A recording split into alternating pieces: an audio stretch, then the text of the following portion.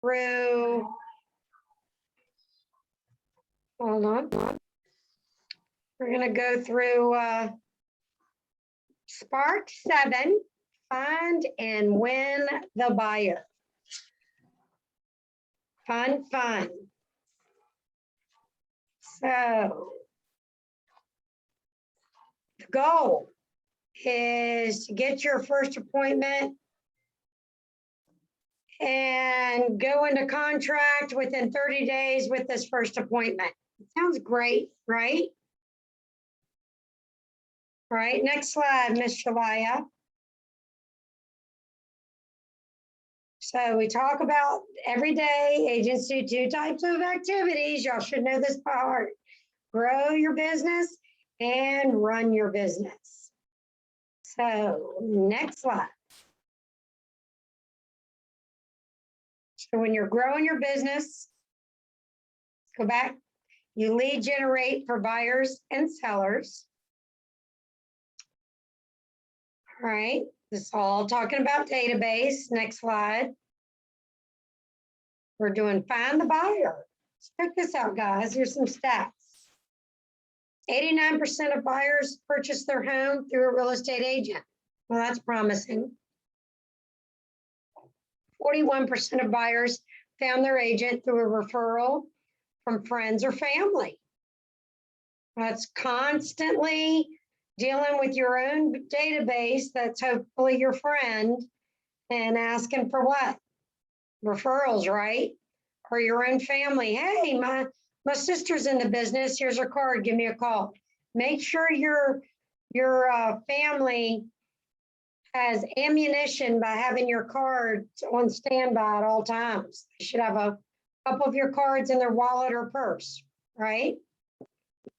And then teach your family and your friends that if they've handed it out, let them know, let them tell you. So if those people don't reach out, you can reach out to who they gave their card to. If they happen to know their number. All right, 75% of buyers interviewed only one real estate agent during their home search. That's not true on the seller side, but that's definitely true on the buyer side. Because they want to go. That's why open houses are important. 51% of buyers visited an open house as a way to search for new homes. Next slide.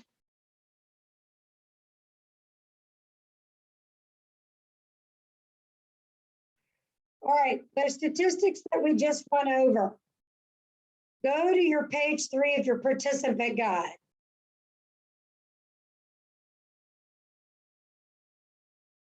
Okay, with those statistics that we just talked about, taken into consideration, where do you think you want to begin looking for your buyers?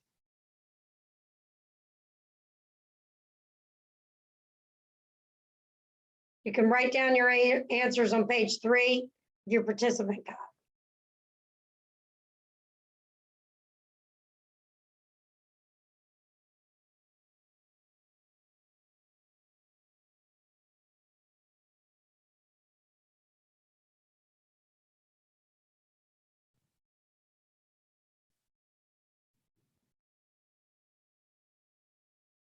Okay, so who would like to come off mute and share a relevant experience of how you found your first buyer? Many of you have already been working with the buyer.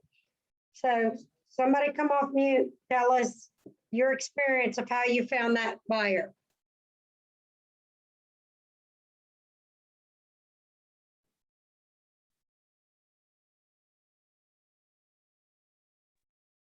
So this is Riley. Hi, Riley. Hey. So my first buyer was through an open house. And it's before I had business cards. So I printed out the MLS sheet and my information was at the bottom. And yeah.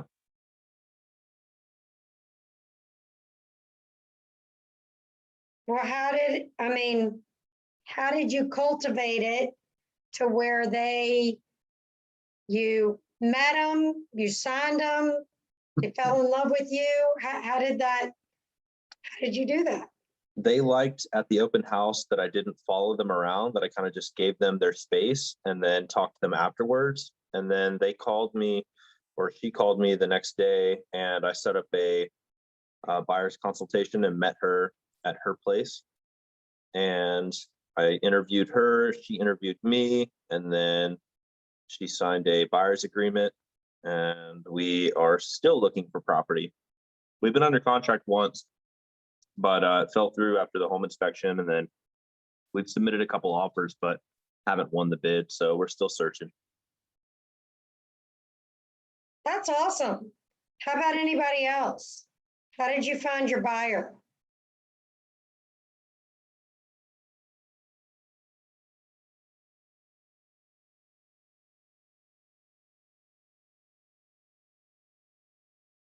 Anybody?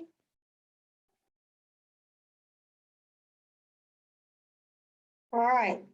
I can give It's another just- example if you want, Alice. Yeah, go ahead. So second buyer, I talked to the Atlantic Union mortgage lender and sat down and had breakfast with him. Worked out a referral type thing because he's got a special type of loan that, you know, some other companies don't have. It's called the STAR loan, and it's awesome for people who don't have money to put down, because it goes down as conventional. So we worked out like a referral type thing, and he sent me a out-of-state buyer from Vermont. I'm showing him 5 properties virtually today. Riley, I love that. Why do you think Alice loves that?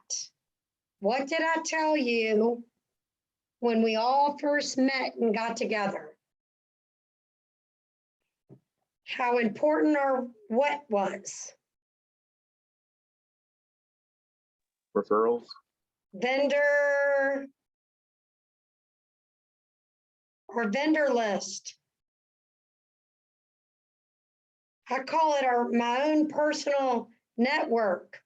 Like, I'm going to give you all an example. I called an agent yesterday, back home where I used to live. I happened to see her on Facebook, and I'm like, I'm gonna reach out to her. And we just started talking. She does not work for Keller Williams, but it doesn't matter for the story. And I said, how's things going? And Williamsburg, she says, I cannot complain. And I said, so tell me when you get a buyer, who do you use for a lender? She goes, oh God, Alice, I use so-and-so for a lender. I use so-and-so for a home inspection. I've used so-and-so. She said, one thing I did when I met you, I got together my vendor base, and we are still like a family. And they give me leads, I give them leads, we go back and forth. I said, what percentage of your leads come from your vendor network? She said, I'd say 30%. And she just, has those couple home inspectors, couple of lenders, couple of closers, title companies. She said best thing she ever done. So don't forget that it's not just friends and family. That's a third piece. I think a lot of people really forget. People like to scratch the back of somebody that scratched theirs, right? So Riley, bravo, that's awesome. Thanks for sharing. All right, let me get to that. All right, cultivate buyer leads. You found a lead. You now need to what? You need to cultivate and nurture them. Cultivating the lead means you place them on an interactive and action-based touch program. It could be, I'm sure Cynthia's done this with her buyer. It could be auto feed in the MLS. As soon as the listing hits the market, they're getting that listing. That could be a way of nurturing them. It could be a smart plan and the command. Did y'all know it's not out yet, so don't get excited, but for those who participated in Mega Camp, our command is eventually going to be an app on your phone, so you can actually monitor your smart plans right through an app. Coming soon. It just hasn't unleashed yet. Let's see. Let's go to that next slide.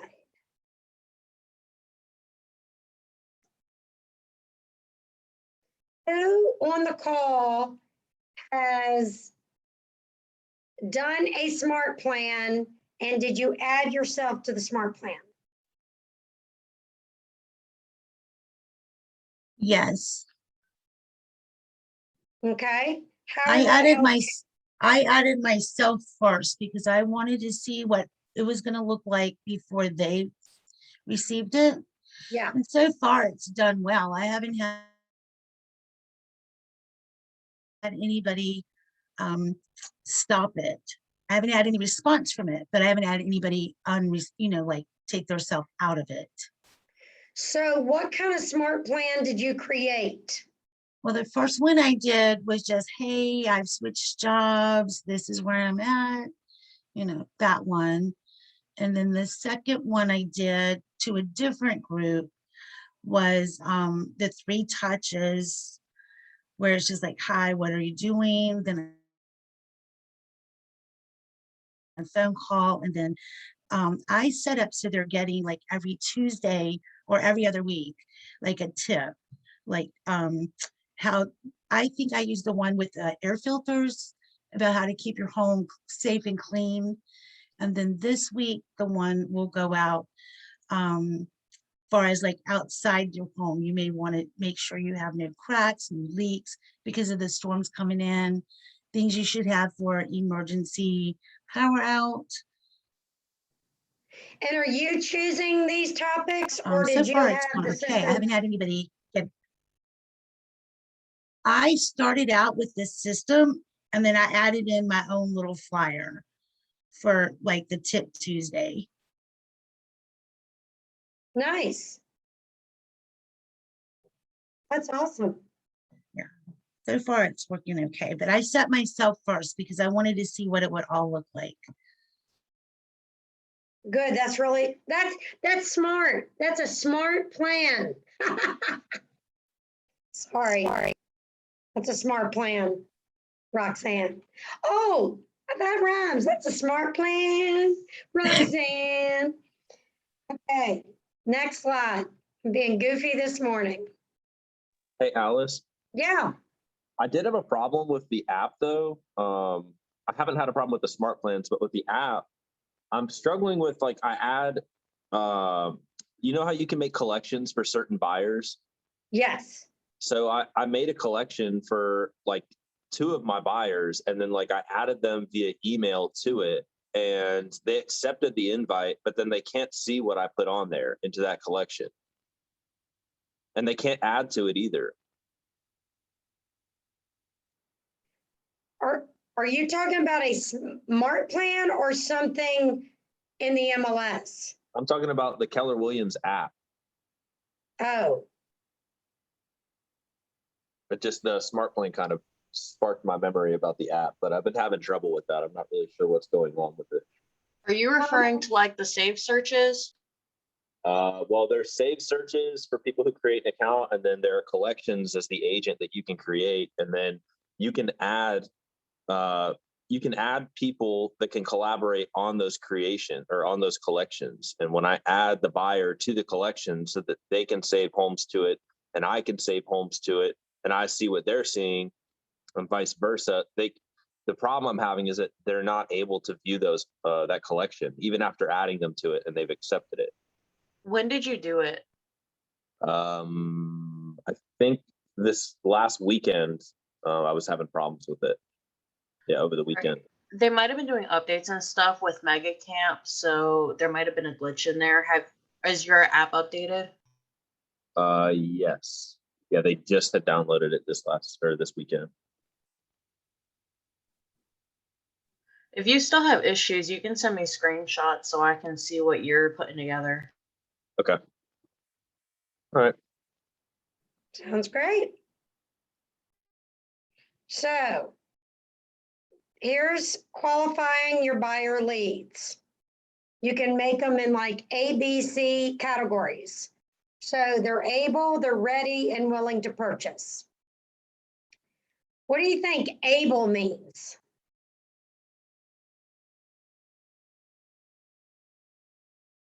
They're pre-approved. Yes. Ready means they're ready. Willing means they're willing. They could be able and ready, but the timing's not right. Okay, that's a cultivating category. And then C, they're just not ready, period. They might not be able yet. For whatever reason, they're not ready. They're still buyer leads, but you can label them as a C. Okay.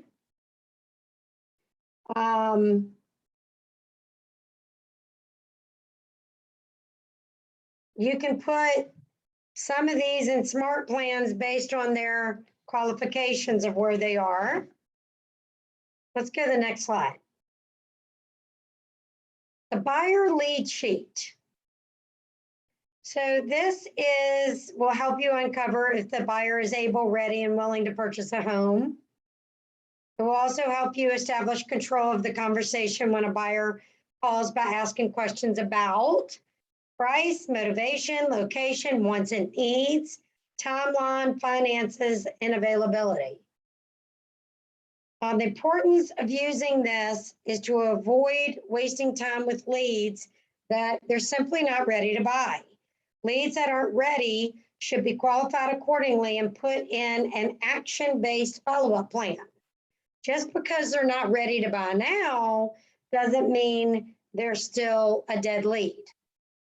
Okay.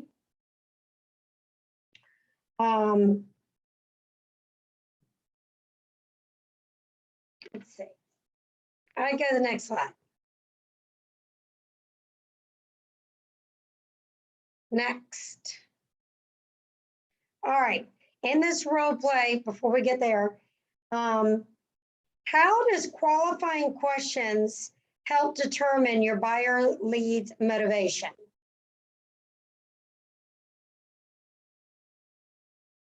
So Riley, I'm going to pick on you because you said you literally had a buyer's consult. You said she interviewed you and then you interviewed her. So when you interviewed her, what kind of questions did you ask of her? Gosh, I put together a whole packet that I found online, and I probably won't do that again. Some of the questions were kind of too specific. I think really, understanding her finances, understanding I asked her what areas she was looking for. That's been her biggest thing is location. What type of home, she was looking for. Asking her if she wanted it to be move-in ready or if she wanted to work on things, which, that question alone eliminates tons of houses, depending.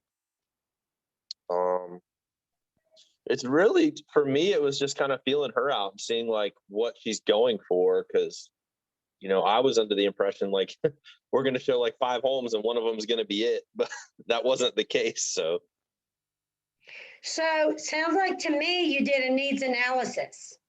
yeah. That's perfect. Okay. What other questions can you think of we could use to qualify a lead?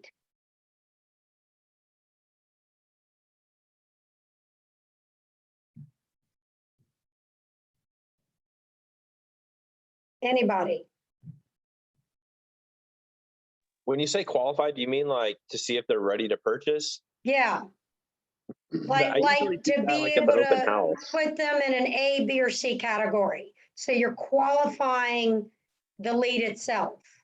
Yeah, so like when someone comes into an open house, I ask them like, are you moving to the area or do you already live here? Have you looked at other properties? Are you already pre-approved? Are you looking with a realtor? Are you working with a realtor? That's pretty much what I ask at open houses. So Riley, I know I've told y'all this, try not to say, are you working with a realtor? Try to rephrase the question. What's the name of the realtor you're currently working with? Okay. Only because I kind of put it in the category if you're shopping for a car, I'm just looking. You'll really know if they've signed a buyer agreement. If they can flow out the name off their tongue the minute you ask that question, they do have a buyer agreement. If they stutter, they're not married to anybody. You know what I mean? Yeah. And they're forced to, they're almost forced to answer the question honestly. But a yes or no, a lot of times they'll say, yeah, we're already working with a realtor. Well, no, they're not. Don't even give them that option. Okay. Yeah, what's the name of the realtor you're currently working with? Oh, we're not working with anybody yet. Oh, and that's when you know you can go in for the kill, right? To start selling yourself. Just a little trick I learned along the way. All right, let's where it sign the buyer agreement. So you've qualified them, you've done your needs analysis, you've done your ABC, and then you ask for the business. All right, well, when will you be ready to buy? I always like saying, in a perfect world, when do you think you'll be ready to buy? Ask for that appointment. Does tomorrow at 3 or Friday at 1 work best for you for us to get together and go over your needs analysis for finding your future home? 3, have you been pre-approved to purchase a home by a lender? See, I hate the way that says. I always like saying, will you be paying cash? Or have you already been pre-approved to purchase this home by a lender? And if so, what's the name of that lender? Because, you just can't judge that book by a cover, and they might have been stacking cash under their mattress for the last 10 years. Who knows? You just never know who has cash and who doesn't. All right, next slide.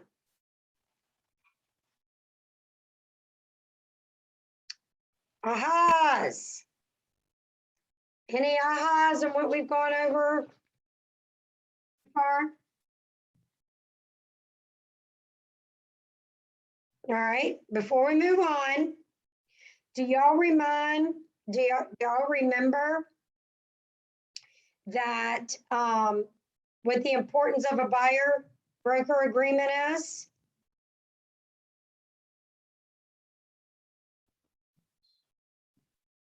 What's the importance of a buyer broker agreement? Is it just to marry yourself to them so you get guaranteed a commission? Do you think that's the only purpose?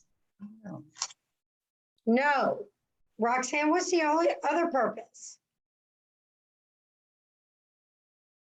What does it do for them? It ensures, I'm trying to find the right word. It ensures all of the backing of the legal aspect of it too. Okay. This is really, really important that y'all know this. Having a buyer broker agreement, I want y'all to thank the commission. I want y'all to put it in your back burner. Yeah, it's part of it. But first and foremost, you sign an agreement. It is so important for them that they have an advocate in the buyer purchasing process, so they are not all by themselves, that you are working for them, that you are facilitating, trying to find that home for them so they can build their future in their new home. So you can negotiate on their behalf so they can get the best price. So you can have knowledge of the area for them that they would not normally know through you asking a lot of questions. So you're their advocate. They have signed somebody to be their, their helper. So they're not all by themselves in the buying process. It can be overwhelming to go out there, set foot, to go buy a house without anybody helping them, right? And the win is 9 times out of 10, they're not even paying you to do it. The seller is. So just that kind of helps, you get that buyer broker sign. And listings are, we're kind of moving on to in the buyer agreement when those 3 L's, listings, the second L and the 3 L's of the MREA. This is where business will have a maximum earning opportunity. So having the buyer sign a buyer agreement is your first step toward gaining what? Do you think these people that are buyers now, what do you think they will eventually be? Sellers. Sellers. So is this not building your database for a listing down the road too? So you treat them well and you're going to be their agent for life. Okay. We're going to tells me that, oh, here's a little thing. Did y'all know we have Keller Mortgage and they have a 0+ loan? So if you go to kellermortgage.com and you have somebody that's a buyer that has no money, there's some 0+ loans out there through Keller Mortgage. So check it out. It's offered for you as Keller Williams agent. Another tidbit for you. All right, next.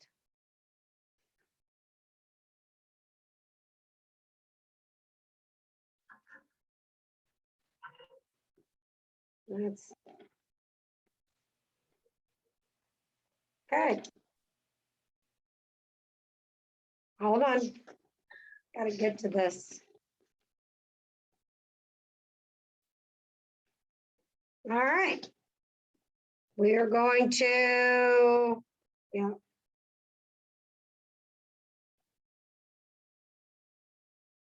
Don't forget about your do not call list. I have to say that every time. Next.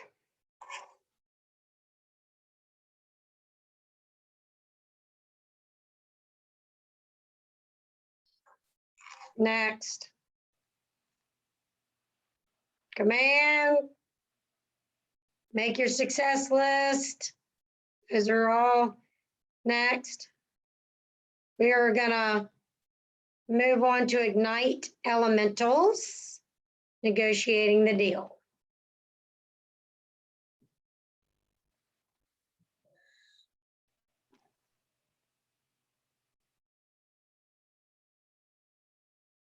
All right.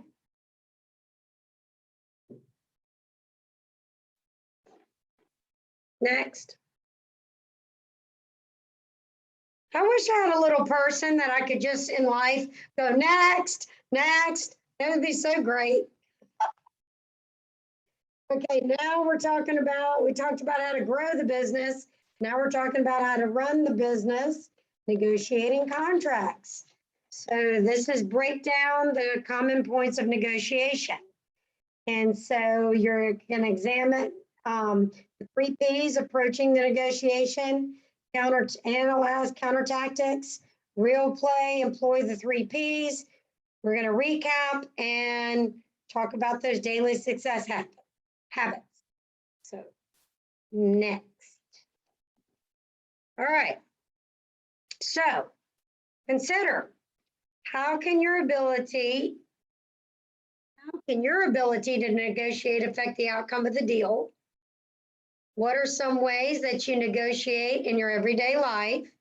What are some skills that great negotiators possess? Why is asking questions important when negotiating?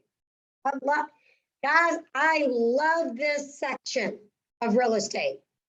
I think I should have been an attorney because I am a great negotiator. I really do believe that. So, negotiation is the bargaining process between two or more parties seeking to discover a common ground to reach an agreement to settle a matter or a mutual concern or resolve a conflict. So I like to think about win-win, all right? In the graphic on the screen, it depicts a negotiation, and the negotiation happens between a buyer or seller and their agent, and it also happens between the agents involved in the transaction. Negotiations also take place in two areas of the transaction. The offer phase, the offer phase goal of the negotiation is to actually get the contract. And then the option period, which happens while under contract, and the goal is to close the contract. So normally we get into small groups, but y'all need to participate here. So who wants to come on and talk about, let's have a conversation. How can your ability to negotiate affect the outcome of the deal? Who's negotiating, first of all, who's negotiated a contract so far? Sounds like Riley has.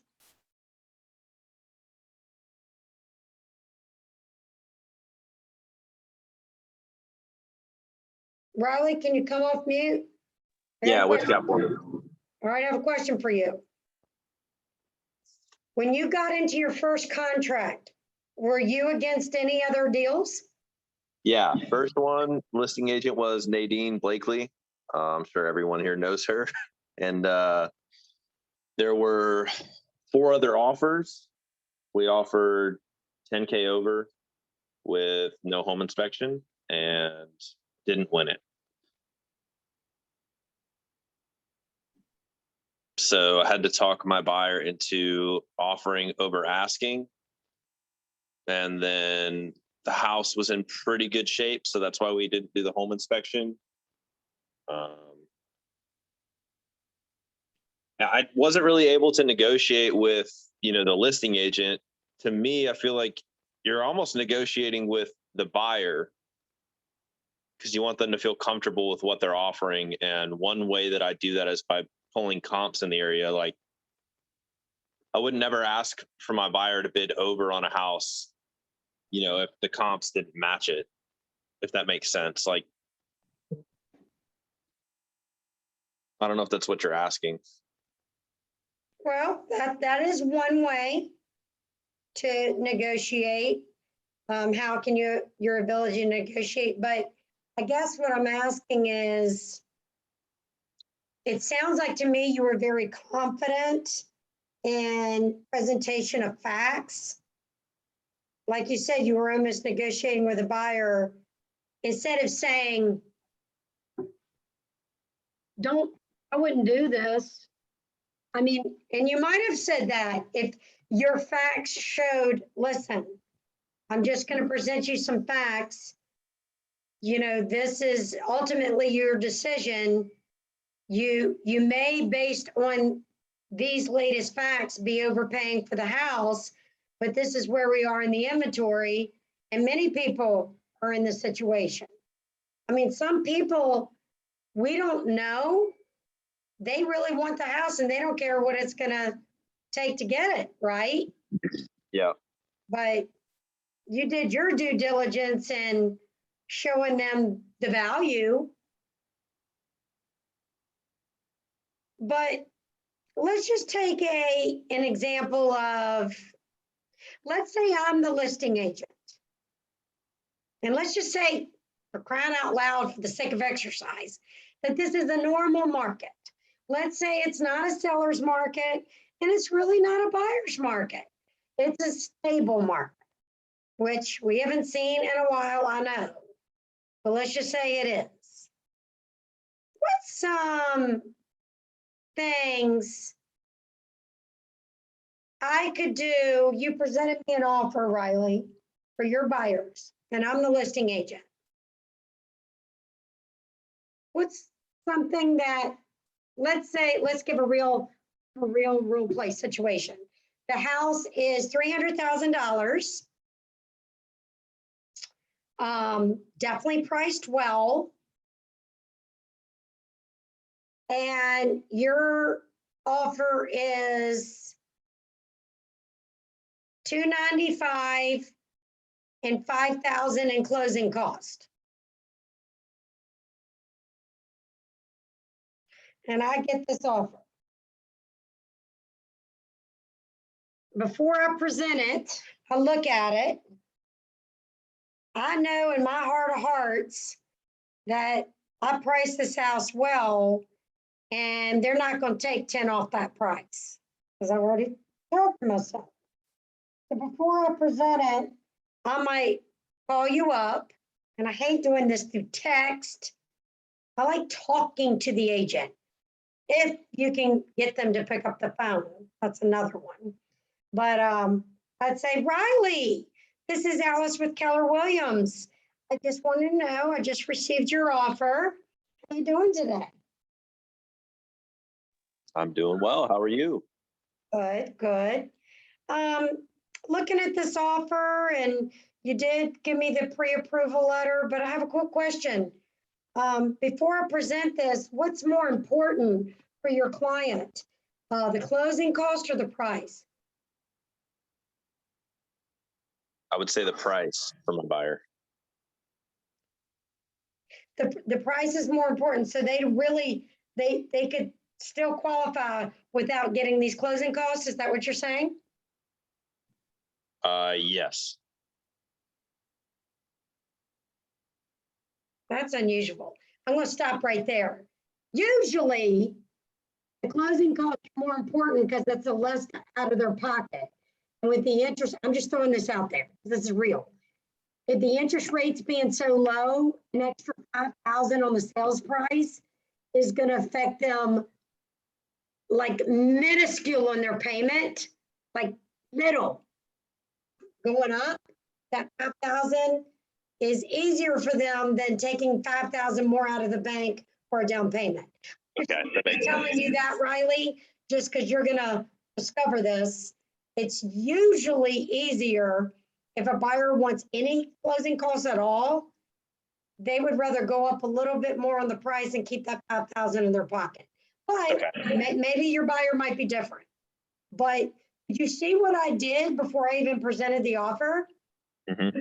I'm already negotiating, trying to get my seller a little bit more money before I even presented the thing.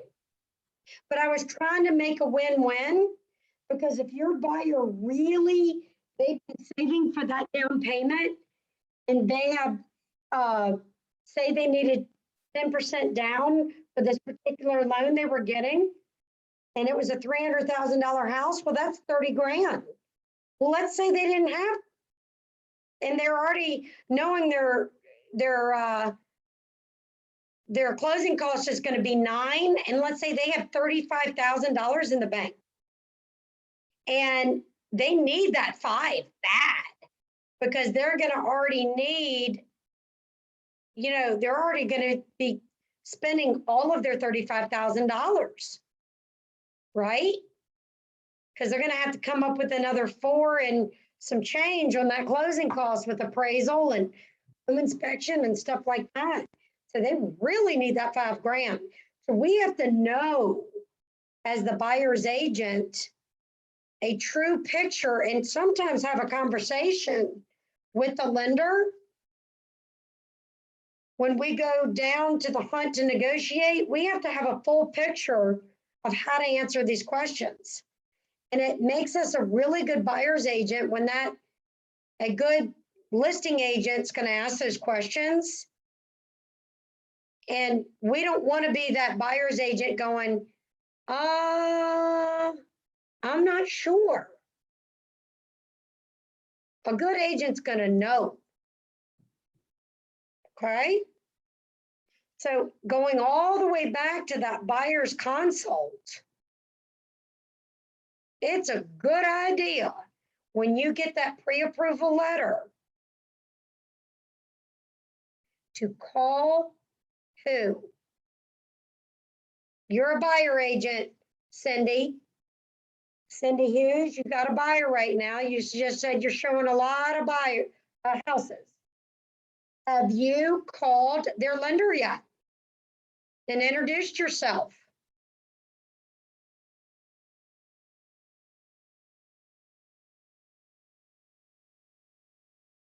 You don't have to answer. Guys, do that. You got a buyer, you put them under, you put them under a buyer broker agreement, you've received their pre-approval. There's always a phone number on that lender pre-approval. Ring, ring, ring. Hey, Will, this is Alice Lemroth with Keller Williams. How are you doing today? I'm doing great, Alice. Hey, I'm working with some buyers. Mr. and Mr. Zach Johnson. Oh, yeah. So what do I need to know when we go to write an offer? What's important here? Alice, they really need their closing cost. Okay, it's good to know. What do you estimate that to be based on your pre-approval letter? Well, they're tight.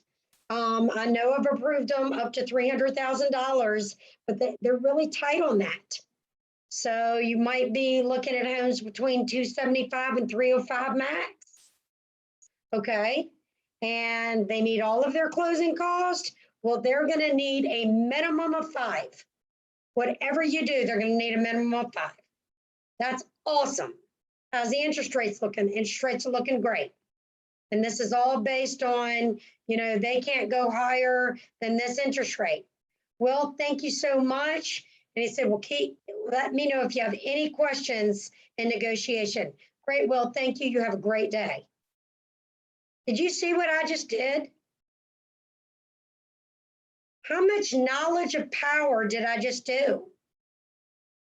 If I know we're in multiple situation and it's over 10,000 over and they can't go over 305, do I have any business continuing to look at that property for my buyers? Or do we need to move on based on that conversation I already had with the lender?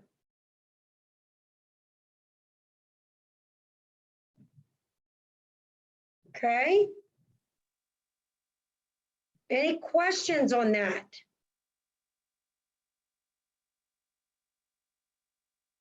Now, I would give you some pause. And always let your buyers know in your buyer's consultation, I am working for you, Mr. Buyer. And during this phase, I will, when you give me this pre-approval letter, I always introduce myself to your lender. Why? Because I need to know exactly where we're all at. It's not getting into your financial business by all shape and form. It's to give me facts that I will need to know to be able to negotiate on your behalf to get you the best price in this buying situation. Yeah, I So wish that's that what I I'll did be that. doing. I wish that I did that with my buyer, when I first started with her, because she gave me a pre-approval letter for conventional, and it was at like 192 that she was approved for. And then she was telling me like, well, let's look at homes, in like the 250 range around there. And it was like confusing me, and then I found out that she was approved 250 through FHA. And that's when I learned that you can stretch FHA a little bit more than conventional. And just those things I could have just asked the lender, and then not figured it out like while we were looking for homes and stuff, Yeah. But I've said this to where y'all say, oh my God, here she is saying knowledge is power again. But isn't it though? Mhm. It will make you a better agent, and What else does that do? It's a new introduction to yet another lender. Will they remember you because you called them? Yes, they will. You got to get yourself out there. You got to let your name be known through other sources other than just your buyers, other than just your sellers. When people hear your name, Riley, they need to, oh, Riley. Yes, I know him. He works over at Keller Williams. He called me on one of his buyers. Great, good guy. I liked him. People need to know what you do. Get your name out there, get your name out there. And you're getting knowledge to be able to be a great negotiator for your buyer. Now, you can't happen to negotiate if you don't know what you're negotiating, right? You gotta have some knowledge. So what are skills that some great negotiators possess? I would say knowledge. What are some ways that you negotiate in your everyday life?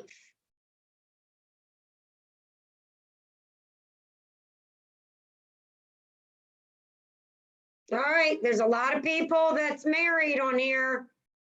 Do you not negotiate with your significant other?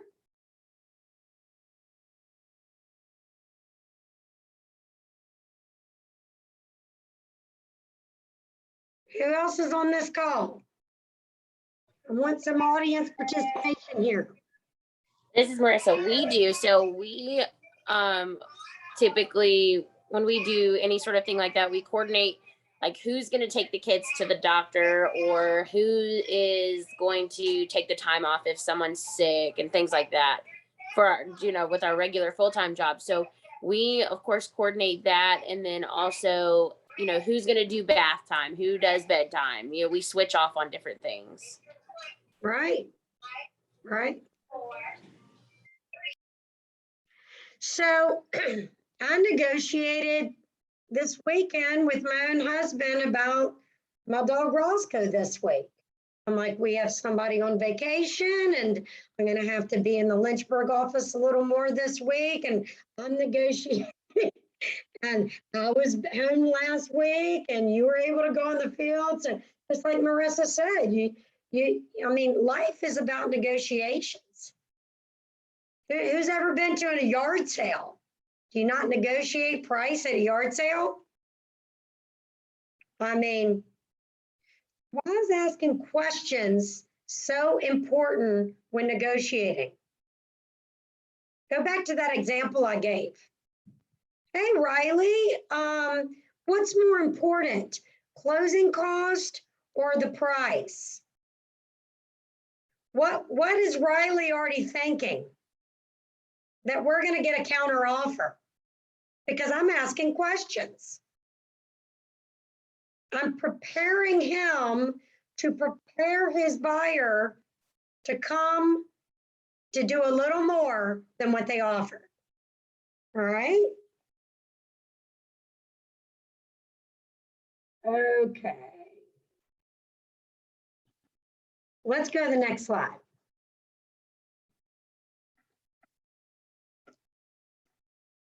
Common points of negotiation, price and then terms.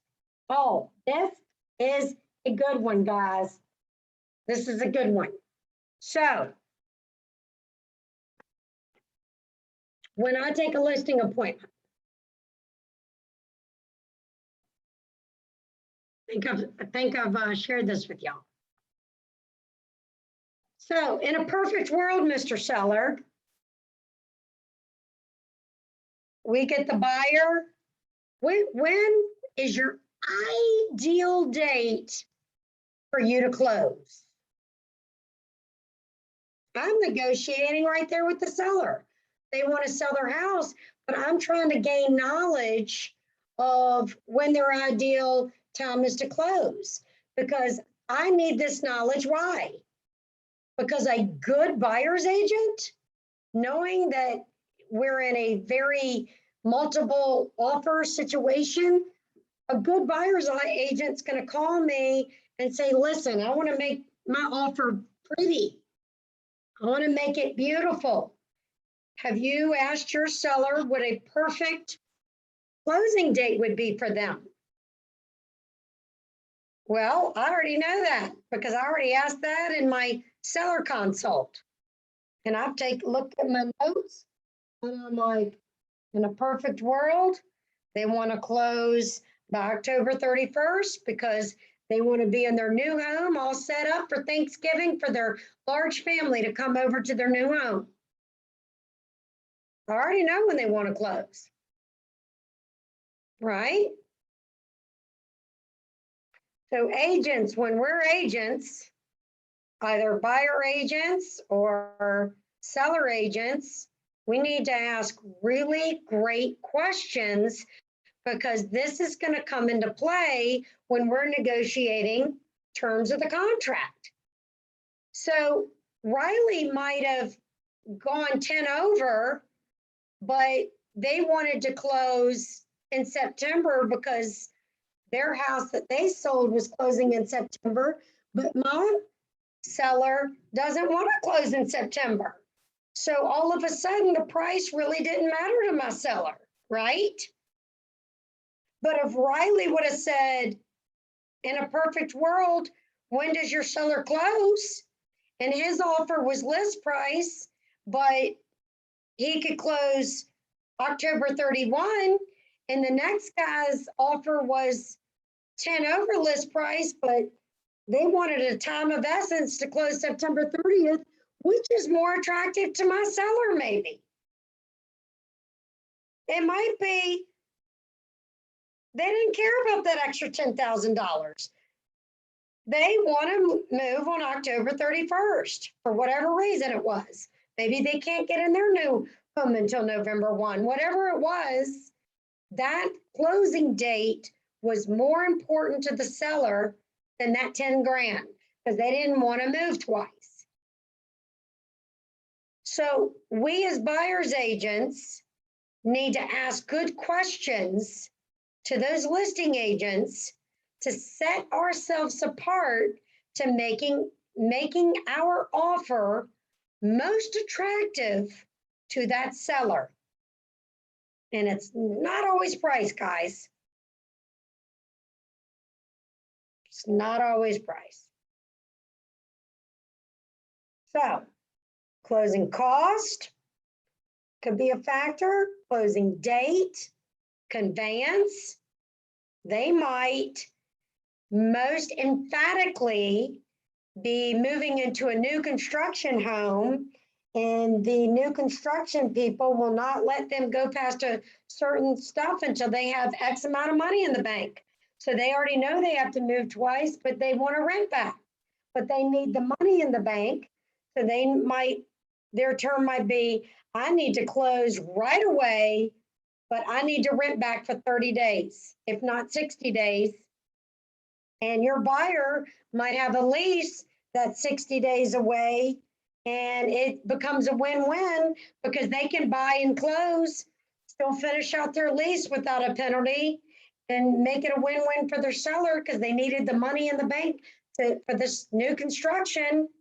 And then everybody's happy, and they both got a negotiated price because it was a win-win on both sides.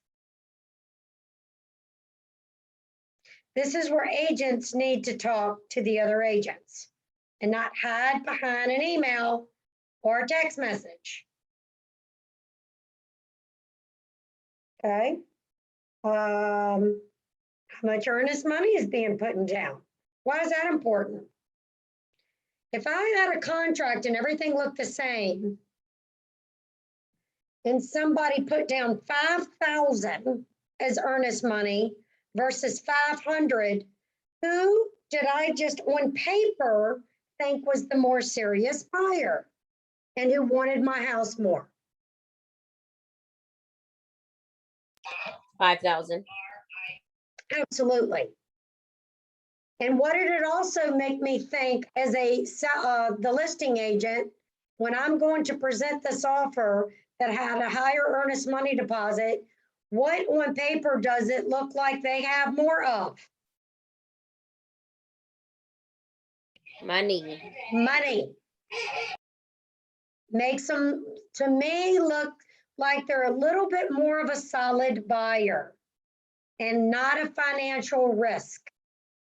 Even though they might be getting a loan, they have the wherewithal of being able to put $5,000 down. I feel like they're gonna be a little bit more solid in the offer, right? So, and then repairs.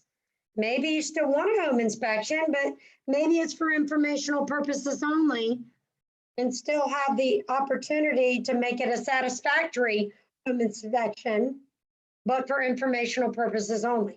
But still, it has to be satisfactory to the buyer. They found out they need $25,000 in foundation repairs and a new roof and a new HVAC, and they're already giving them 10 grand over. Well, maybe they might want to walk because they don't want to invest another 40 grand as soon as they close, right? So those are the common points of negotiation. Next slide.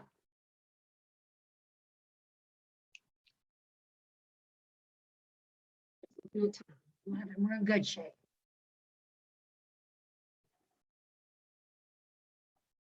All right. God, I wish we were together. This is when we partner with someone that we don't normally work with. So look back to page 5 in your participant guide. Select one of the common points of negotiation, price or one of the listing terms. Write down your choice on the space provided on page 5. Brainstorm of how you might respond to a negotiation point. So I'm going to pick only because the last two I've just heard from is Marissa and Riley. One of y'all is going to be the listing agent and one of y'all is going to be the buyer's agent. And I want y'all to do a scenario. So y'all make up the whole thing. Make up the whole scenario? Yep, you and Marissa.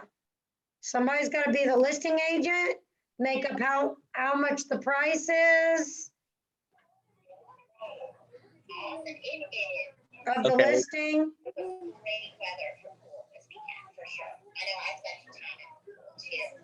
Marissa, Yes. do you want to be the listing agent or the buyer's agent? I'll do listing. That's fine. All right, Riley, you're the buyer's agent. So Marissa, tell me where your house is and how much is it? It is in Forest and it is listed at 235. Okay, how many bedrooms and baths? 3-bedroom, 2-bathroom. We'll say 1,500 square feet. Is it a single family or a townhouse? Single family. All right, I'll buy it. Where is it? I'm just kidding. All right. All right.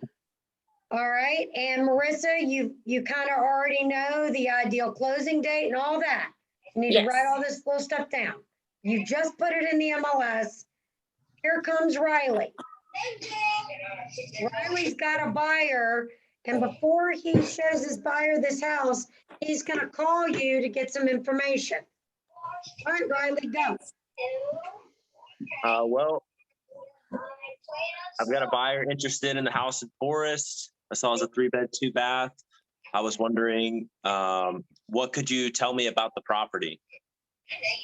So the property is currently sitting on 1 acre where it is level. They have renovated the master bedroom, master bathroom, and they've also added a pantry into the kitchen. And the roof was just replaced 2 years ago, and it is metal. Okay, and I see that it's new to the market. Has there been any interest in it recently? We've had 2 showings, Okay, you have any current offers? not currently.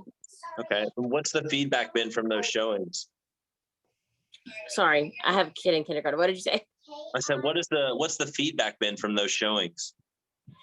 So far, the only concern that they had was the driveway was paved at the top and not at the bottom. That's the only feedback we've gotten so far. Okay. And is the home vacant or is it occupied? It is currently occupied. Okay. And are there any contingencies with like the sale of the home? Does your buyer or your seller need to like find a new home before they sell Yes. theirs? Or okay, what is So it the is what's subject the to time finding a frame? new home. Oops, go ahead. I was asking, what's the time frame on them like buying a new house, or when do they want to sell by? They would like to have it gone within 30 days. So we're looking for a 30 to 45 day close. Do they already have a house picked out that they want to buy?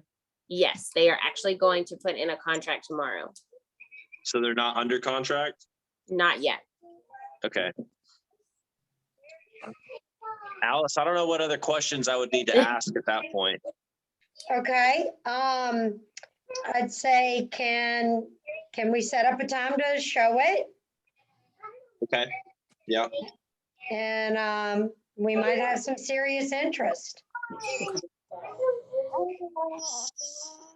But you've Sorry, already, that's you've done several things.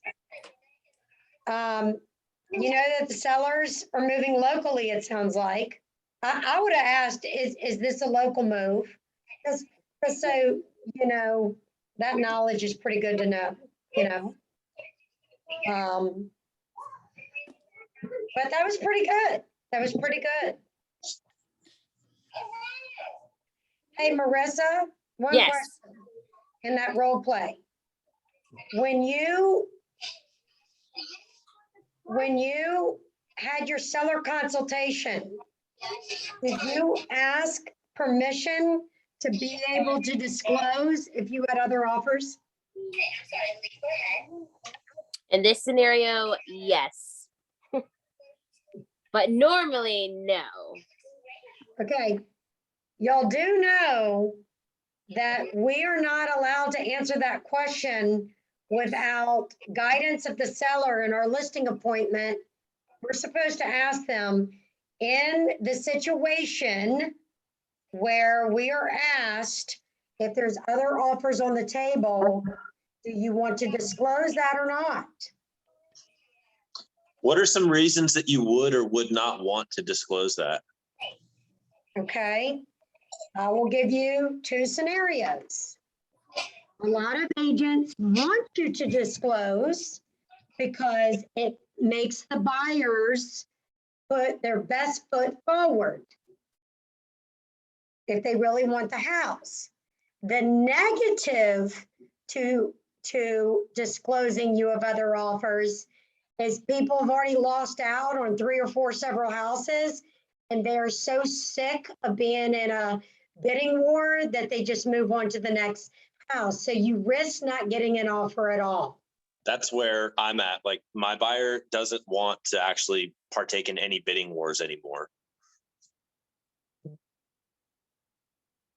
And so when she hears that there's like multiple offers on a house, she's like, let's just look at a different one. Exactly. So that is a risk that you tell the seller if you disclose it. So a lot of times I'm like, the house is, my seller has advised me to say that the house is still active. Period. Doesn't matter how many offers I have on the table or not. So, but it's ultimately up to the seller to decide, not us. But does this offer and who paid you? I'm just going to tell you, 80% of the agents just answer the question how they want to answer the question. It's really wrong. It's the sellers. Seller is supposed to advise us how to answer that question. Once you become a broker, you'll see that in your broker school. But anyway, that was really good. Does anybody have any questions on their, like what they could have done better, or another question Riley could have asked, or anything Marissa said? Guys, this is all for you. This is how we learn.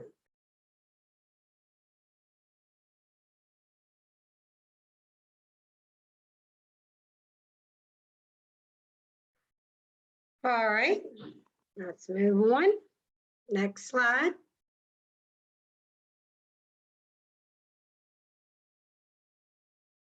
Next slide. Oh, there you go. All right. Negotiation is a skill that can be learned and perfected with experience. The best practice for negotiating and bringing the buyer and seller together is 3 P's approach. Prepare. Did y'all just not see how we prepared? By having that seller consult with our seller, having the buyer consult with our buyer, knowing the questions, being completely prepared. Then we present. Okay. And then we position. So prepare. When you're preparing, what is that doing for us as a negotiator? It builds Alice's what? Getting that knowledge is power builds my what? Leverage? Confidence. Oh, Yeah, leverage could be, but it's really building my confidence to ensure a smooth negotiation process. All right. When you present, you move into this negotiation just to present your offer. When you position, you're moving both parties close until you have a full ratified contract, full agreement. All right. So prepare, present, position. Next slide.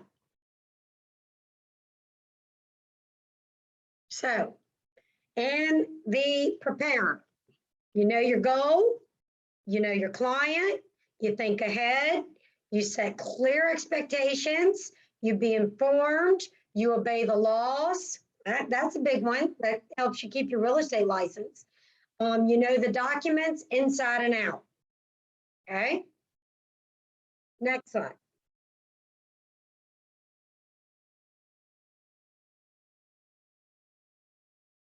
Okay. And also prepare. You learn, asking questions, key to gaining information to win a negotiation.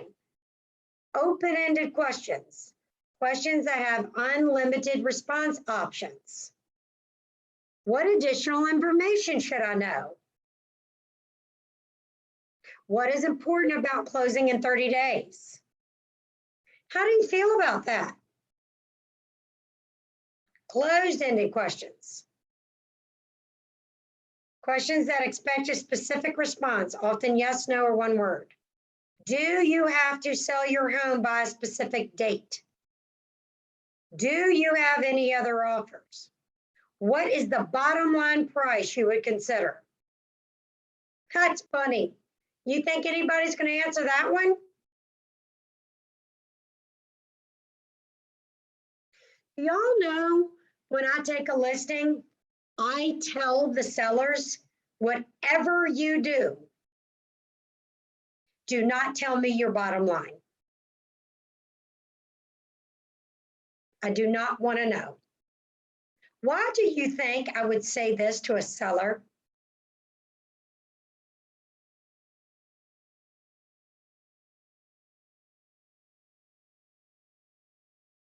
Come on, somebody can answer that.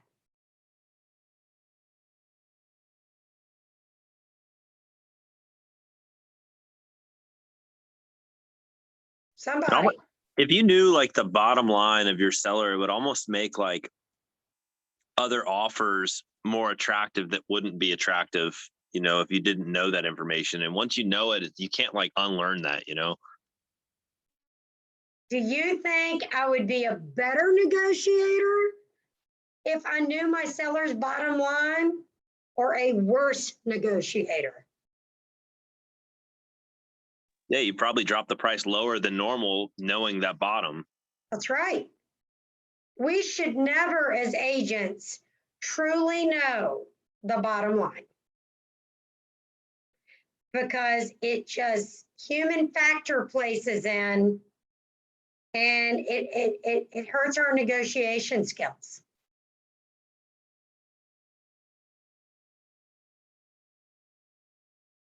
I don't want to know my seller's bottom line. I just want to get the very best price for them because that's what they hired me to do.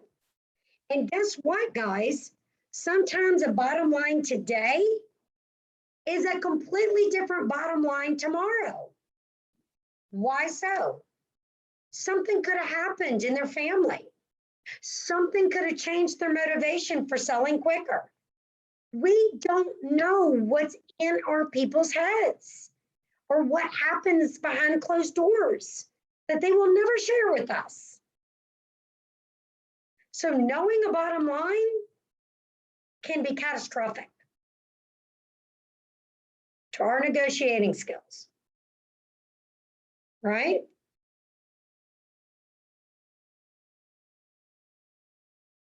All right, next slide. This is good stuff, good stuff. What would happen if? This helps you anticipate the next steps of the negotiation. These are questions. Why is this important to you? What does this question do? Helps you gain more information and gain more insights, right?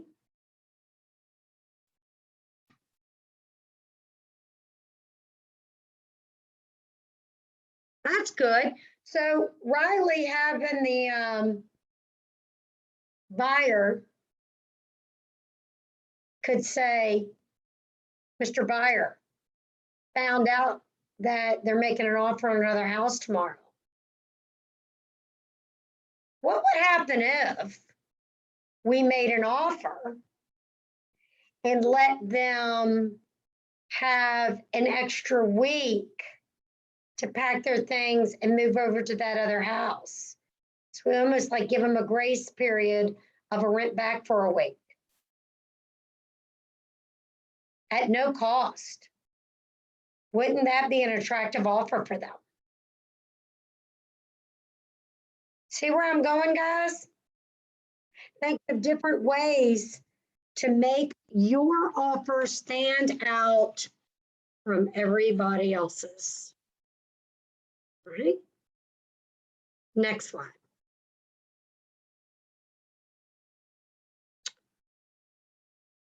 Oh gosh, let's see.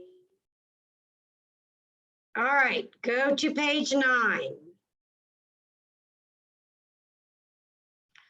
Circle or underline the key areas in which you need more information or certainty before you could confidently negotiate on your client's behalf. Write 3 specific questions you would ask your client in the space provided.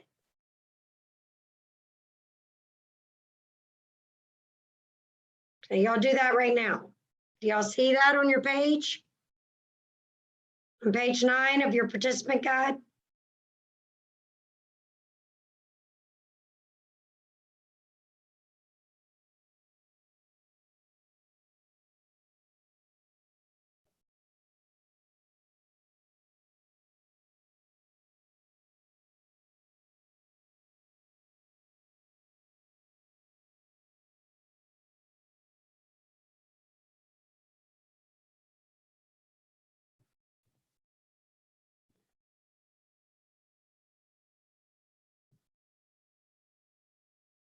All right, let's do this. Who wants to do it?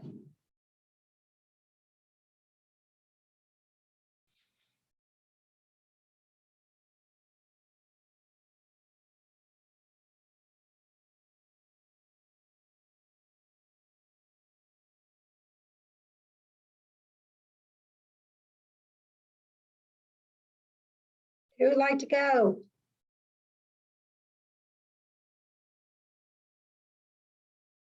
What's some possible clarifying questions you could ask?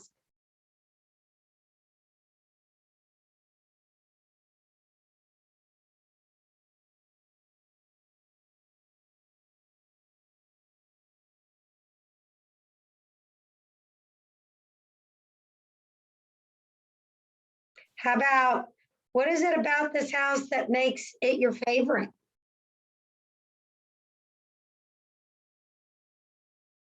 What is the possibility of you paying for the repair and we stay at your asking price of 155?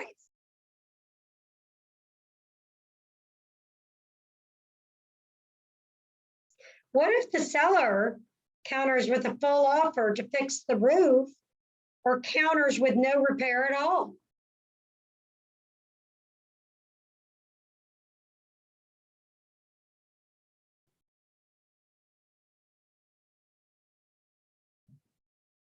Anything else?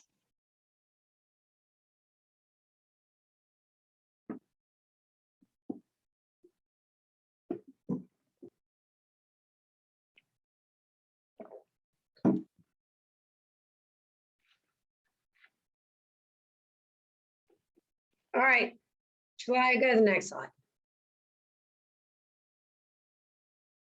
The next P is present.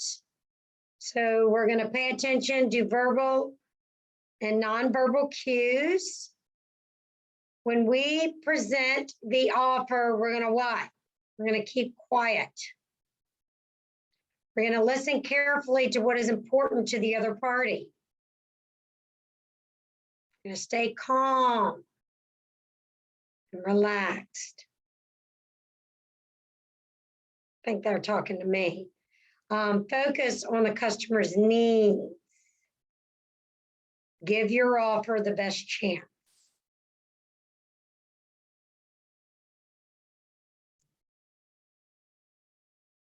Make sure you look at those in your participant guide.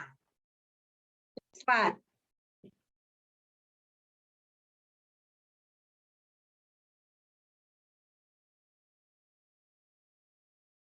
All right. Ask what and how questions. Example. Buyer. He wants to close in 60 days. Seller wants to close in 30 days. Here's a scenario. This almost just happened with Mariah and Riley. So you're requesting a 30-day closing. What is important about you closing in 30 days? If your client becomes defensive, you would explain, my goal is to let the buyer know why this is important to you. Understanding what is important to the other party allows you to prioritize and address their issues in order of importance. Next slide.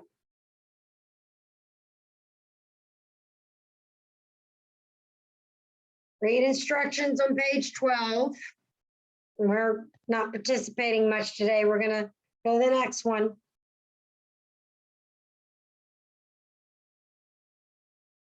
Okay. Analyze counter tactics.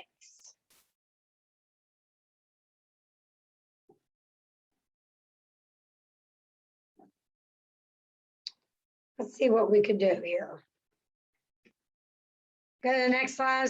Next slide. All right. Match the tactic to the correct counter tactic statement. Okay, here's our tactics to choose from. Hot potato, good guy, bad guy, nibbling. Here's our counter tactics. Ask for a concession in return before agreeing to any further concessions. B, test the validity. Find out if the problem is real. Has the party with the problem exhausted every possible solution? C, call them on their game. If it continues, then attribute what the bad guy says to the good guy, since they are a tag team anyway.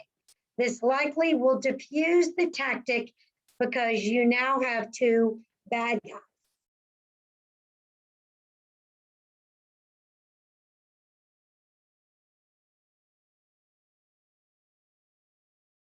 All right. Hot potato goes to what?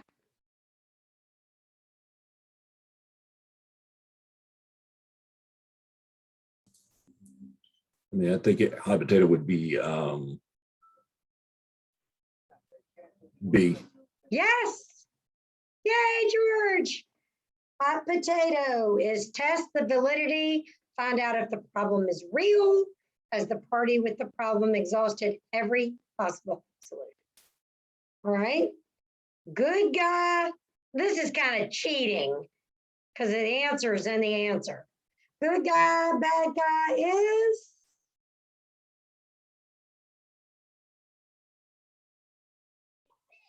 C. What? C. Yes. Call them on their game. If it continues, then attribute what the bad guy says to the good guy. Since you're at a tag team anyway, this likely will diffuse the tactic because you now have two bad guys. Yeah, negotiations sometimes can get heated, right? And then nibbling is ask for a concession in return before agreeing to any further concessions. I see this a lot, nibbling. Well, we could do that if they will do this. You've already agreed to that before you move on to the next concession, right? You're nibbling, little bites at a time. All right, next slide.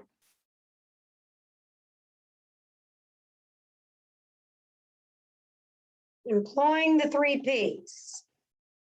Next slide.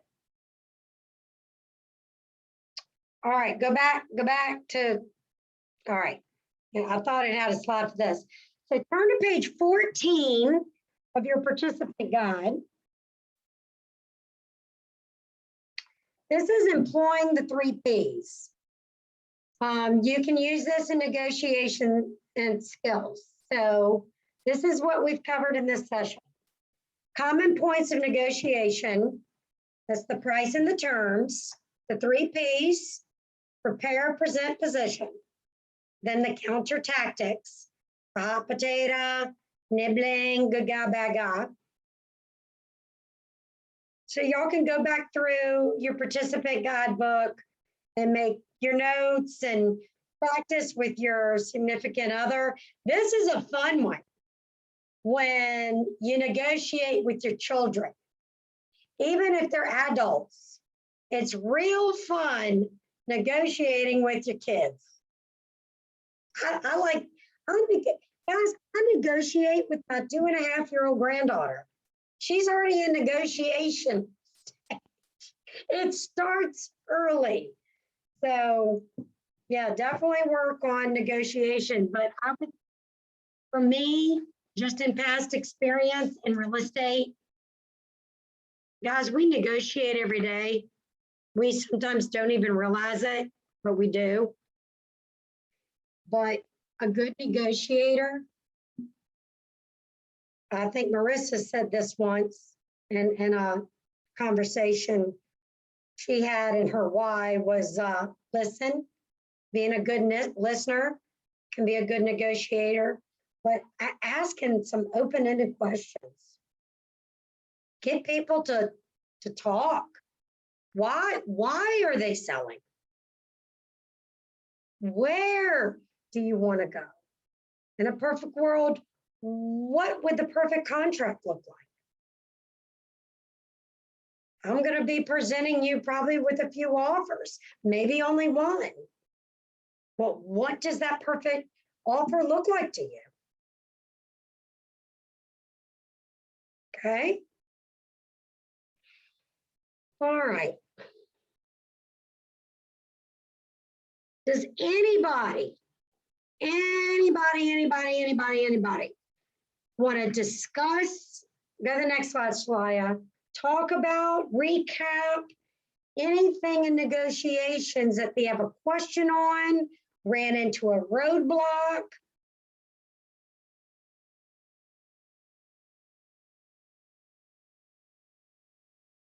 Something we can all learn from. I still learn. I don't have all the answers, By y'all talking to me, I sometimes learn.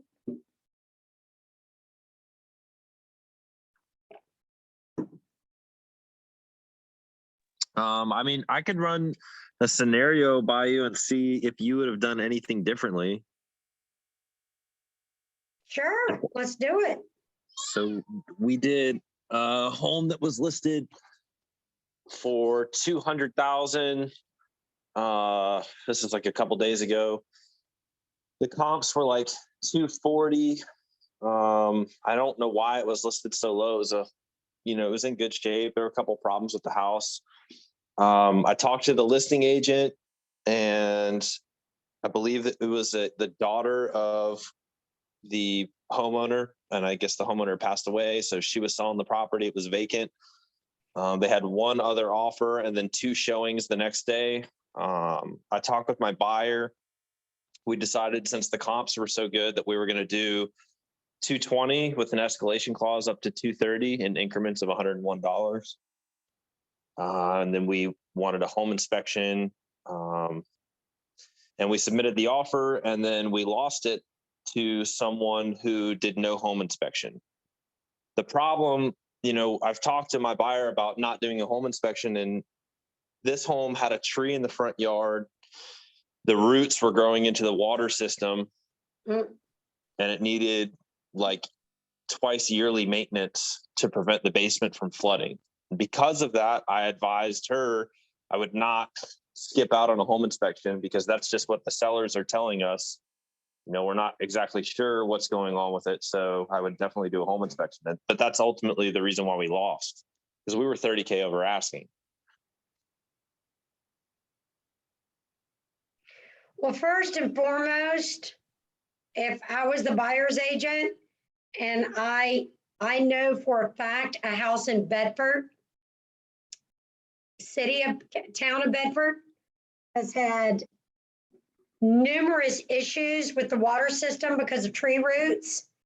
And we're talking, Riley, thousands and thousands and thousands of dollars so far. We are talking, they had a home warranty. Home warranty does not cover roots in a water system. A home inspection does not usually, it's not a yard inspection, it's a home inspection. I'm just telling you, anything like that, I think just from your purpose and just this discussion and privacy, I'm kind of glad your buyer didn't get it. That is something you just don't mess with. It can be Okay. catastrophic, endless amount of money, a money pit drainer when you have, unless you're willing to deroot the tree and put in a new piping, that just can get expensive. Yeah, and we didn't know, we just had what the listing agent said that the seller said, and they explained it as it was a non-issue because they had it treated 5 years ago and they have people who do maintenance on it. But I don't know, I've never seen tree roots going into water lines. So it just freaked me out a little bit. And it kind of blew my mind that someone bought the house. And of course, we don't know what they bought it for, but someone's under contract for it with no home inspection. Well, I'm just telling you, I wouldn't be that. I'm glad we're not representing that buyer. I hope we're not. I think that's going to come back to hurt somebody. Yeah. I mean, that's almost, now I'm going kind of off negotiating here, but some stuff like that, Riley, because I protect my license so much, I make my buyers sign a knowledge agreement that the buyer's agent advised of tree roots growing into the water system. And it was advised, and the buyer still accepted. I have almost a document that upon the device of the buyer agent to caution to the wind, they were advised, just so it never came back on me. Yeah, that makes sense. Okay, that's good to know. But pretending that wasn't the case, I think you did everything you could do. But Okay. advising somebody not to do a home inspection, I gotta tell you, that's never gonna come out of my mouth. Yeah, the first one that we put an offer on, towards like off Boonesboro Road, she didn't want to do a home inspection because she had heard that it makes her offer more attractive. And, you know, I advised her against it, and I talked to Carol about it, and she said to get it in writing. So she wasn't comfortable with it either. I'm never comfortable with that. Because at the end of the day, something really goes hugely wrong with that house. And they say, you know, why didn't you put your foot down and tell me I needed a home inspection, Riley? Why did you allow me to do this, Riley? I don't feel like I was well represented, Riley. Yeah. So the I'm gonna second sue you, one, Riley. the one that we got under contract with, she learned the value of a home inspection because like I pretty much told her like you need to do a home inspection. It was a for sale by owner, and it came back with, we used Athena Bobbitt, and it came back with so much stuff from the roof to water leaks in the walls near the junction box and the breaker box. I mean, there's so many things that she actually pulled out of the contract. And now she just won't do one without a home inspection. So it's good. Yeah. Yeah, it's definitely buyer beware when you don't get a home inspection, man. That is crazy business.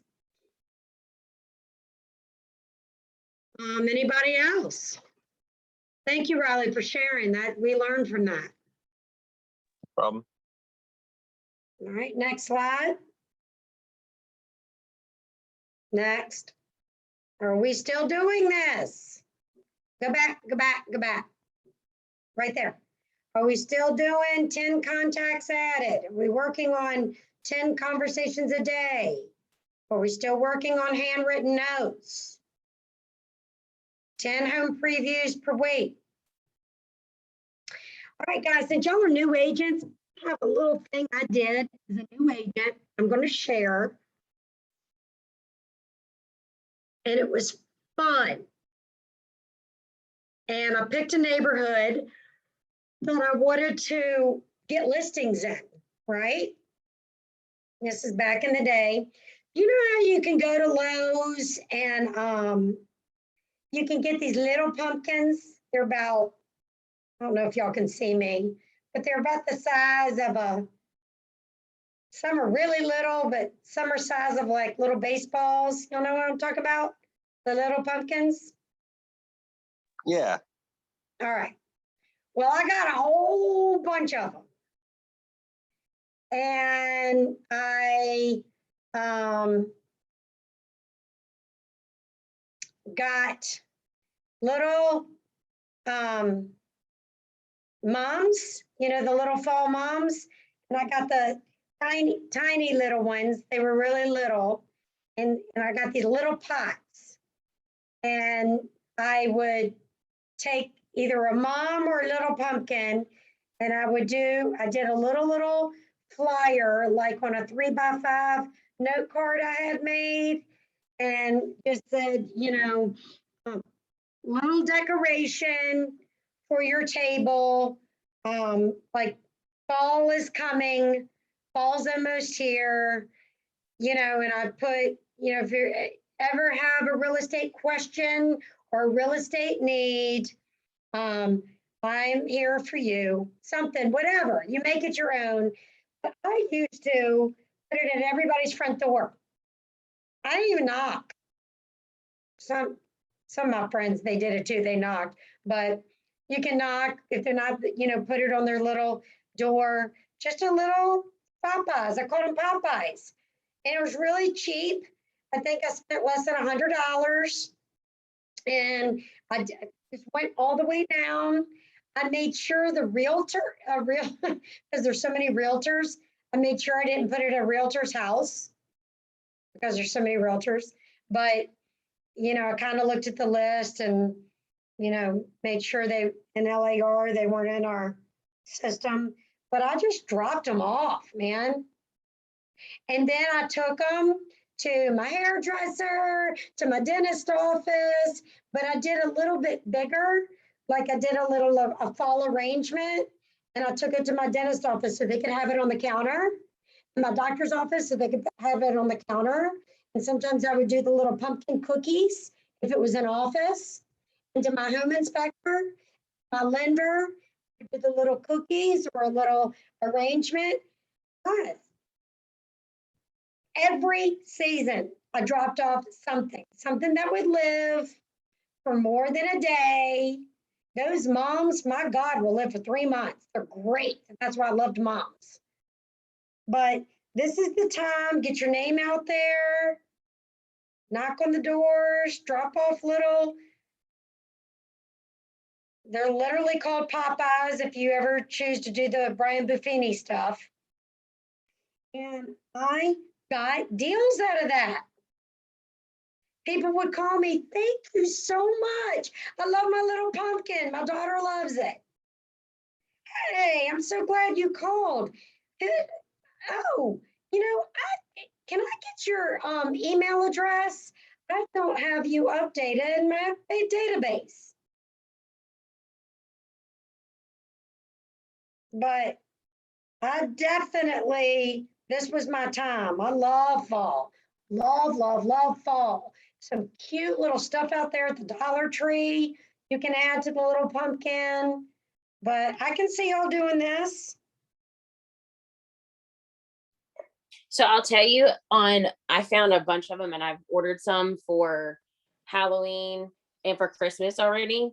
If you go on Pinterest, there's several places that actual companies that will create printouts and you can put your business card, it slides into it. It's like a little slide piece and you can slide it in there and it's like pre-printed, like, fall in love with your new home with me and different things. It's like pre-templated and you can change it to what you want, but you can actually order them and you can get them in different colors and things like that. I am telling you, if you do it, you will get something. If anything, adding to your database. But you're putting your name out there. You're giving a little gift of value. I mean, is Roxanne still on?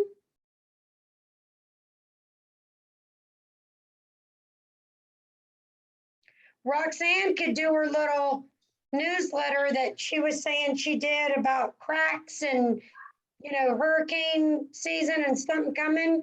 She's not on anymore. Oh, okay. Well, I'm just saying it's a great way to do some pop buys. And if you don't want to do that, do it for your own neighborhood and where you live. Your own street. Do it at least for your own street. You know what cracks me up? When a realtor goes into business and their own neighbors don't even know what they do for a living. That one cracks me up. So, all right, if there's nothing else, guys, we actually finished a little early. Unless anybody else has anything else.